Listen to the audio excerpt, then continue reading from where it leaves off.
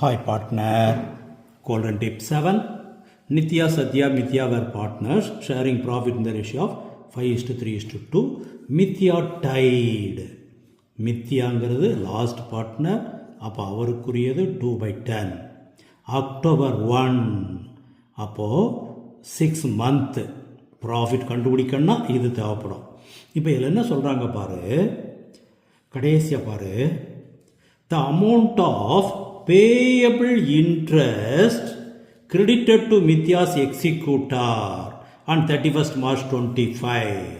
அப்போது மித்யாஸ் எக்ஸிக்யூட்டருக்கு பணம் கொடுக்காம வச்சுருக்காங்க, அதுக்கு இன்ட்ரெஸ்ட் கொடுக்கணும் பாரு. After all adjustment Mithya's capital account 3,50,000.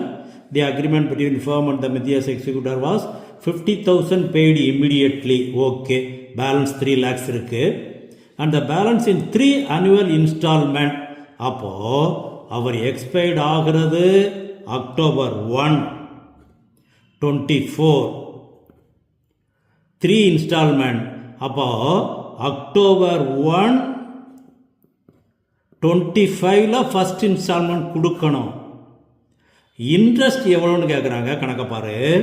3 annual installment interest specified in section 37 of Indian partnership act. 37 of Indian partnership ஆக்டில் என்ன சொல்கிறாங்க, 6% இன்ட்ரெஸ்ட். இன்னும் ஃபண்டமெண்டல்ஸை படித்தது. சரி, ரைட், ஓகே. இப்போ பாரு, to Mithya's payable interest credited to Mithya's executor as at 31st March 25. October 1, 25 தான் அவருக்கு இன்ட்ரெஸ்டோட சேர்த்து பணம் கொடுக்கணும். ஆனால் கணக்கு எழுதுறது நம்ம 31st March கணக்கு முடிப்போம். கணக்கு முடிக்கிற அன்னைக்கு அவருக்கு கொடுக்க வேண்டிய இன்ட்ரெஸ்ட்டை கால்குலேட் பண்ணி interest account debtor to Mithya's executor account எழுதணும்.